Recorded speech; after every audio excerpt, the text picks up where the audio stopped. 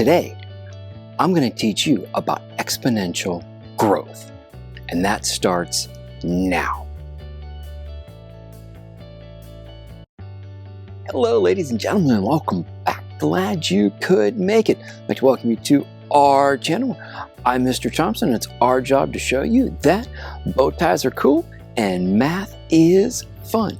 In today's video, we're going to take an in-depth look at exponential growth. Exponential growth. Now, when we're looking at exponential growth, one of the first things that we have to understand is what an exponential function is. So our exponential function, that is modeled by y equals ab raised to the x power. Now, a is going to be that initial or starting value.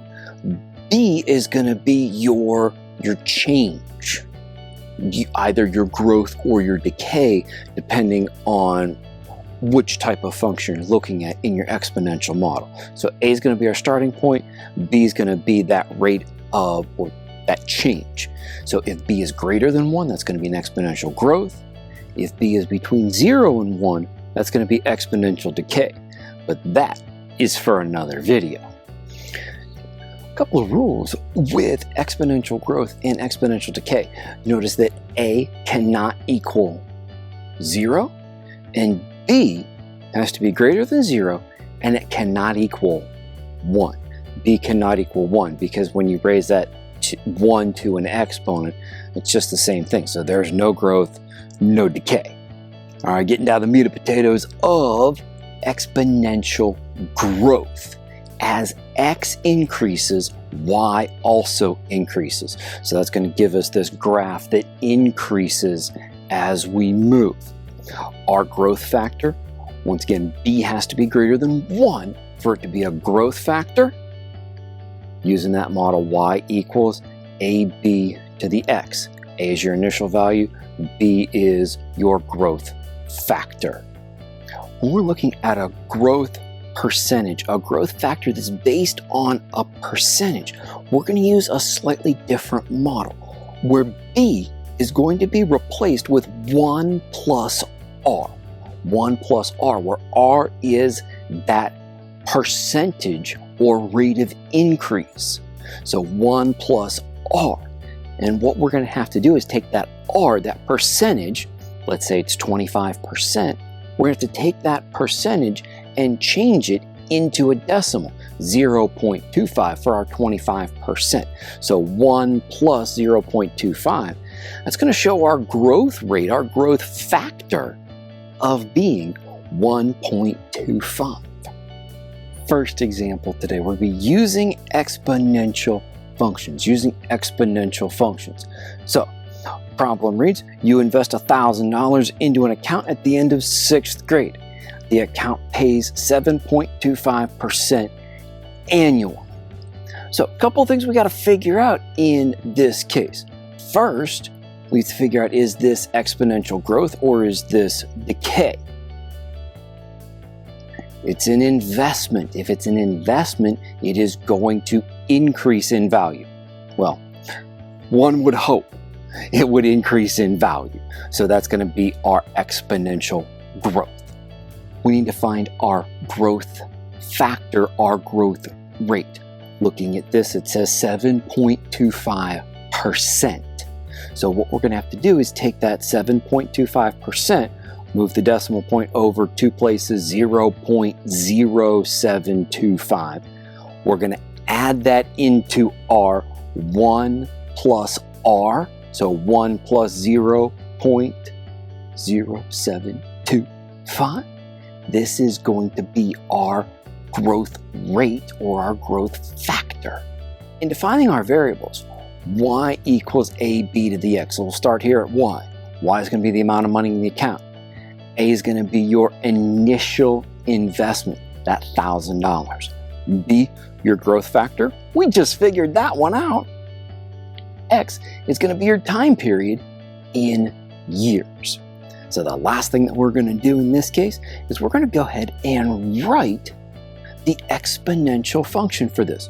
We're going to put everything together in terms of y equals 1,000 times 1.0725, all raised to the x power. Next, we're going to use an exponential function. So the goldfish tank has 35 fish at the start. The population increases at a rate of 15% per year. They want us to write an equation, fill in a table, and draw the graph.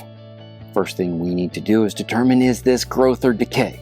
Well, it says we're increasing, so this is going to be exponential growth. Next thing, we're going to identify our variables. In identifying the variables in this case, starting left to right again, we're going to go Y is goldfish, A is our initial value, our start, that 35 goldfish we had in the tank. Our B is going to be our growth rate, still have to figure that one out, and X is going to be our years.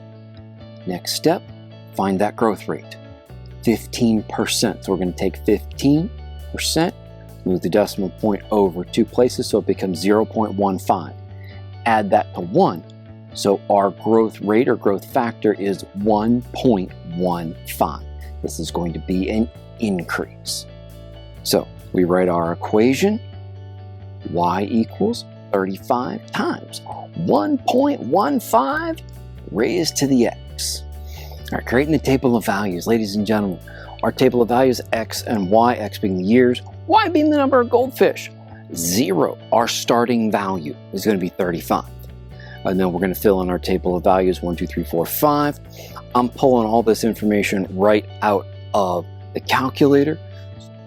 All right, ladies and gentlemen, we're going to dive into our calculator for the rest of this example. So first tip and trick that I want to give you, just in case your calculator's been out partying all night long and you don't know where it's been, your older sister's been doing calculus on it. So we're going to go ahead and clear the calculator out. So second plus 7, 1, 2. It's going to go ahead and reset your calculator back to factory settings. Now we can go ahead and put in our exponential function. So I'm going to come up here to y equals starting value of 35, parentheses, our growth factor, 1.15, our growth factor in the parentheses. And then I'm going to use the caret button, and then the shortcut to x is right here underneath mode. It's going to put x up in the exponent for me. So now I click enter, that gets it down, gets the cursor down out of that problem.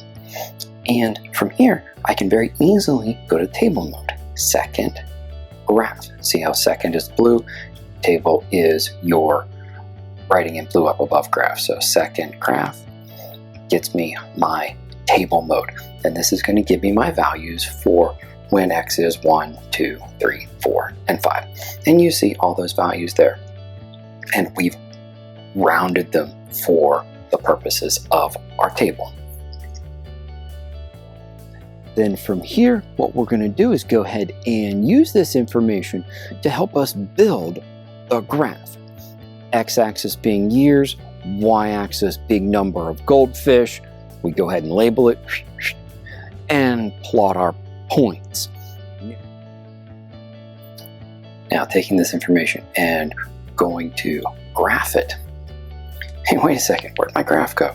Yeah, you see there's just this little bit of the graph right up here. So what we're going to do is we're going to change the window. So we'll go ahead and change the window. In this case, I don't need many negative values, so I think I'm going to set this at 0. X max, set the max to 10, sounds good. All right, scale, Y min, we're not doing any negative values, so I can go ahead and go 0 there as well. Now, Y max, when you looked at that table, at 5, we were already past 70, so I think I'm going to go all the way up to 100 on this one. So just changing the minimum and maximum values, X and Y axis, to be able to view more of the graph. So I come in here, watch graph, And there we go. We start to see a lot more of an exponential curve. Now, if you really wanted to see how exponential this curve was, I'm going to go back to Window, and I'm going to open this up to 50, and I'm going to open this one up to 1000. Now we start to see that smooth exponential curve there, and you saw how far we had to open that window up to be able to see that. One of the interesting scenarios here is I came up with decimal answers. You can't really have a decimal of a goldfish. So certain scenarios don't exactly work out great with exponential growth because we can't count a decimal of a goldfish. But for accuracy's sake and using the numbers, we're going to take the ones right out of the calculator, and we go ahead and we plot them, and we end up with our exponential growth graph. Next example.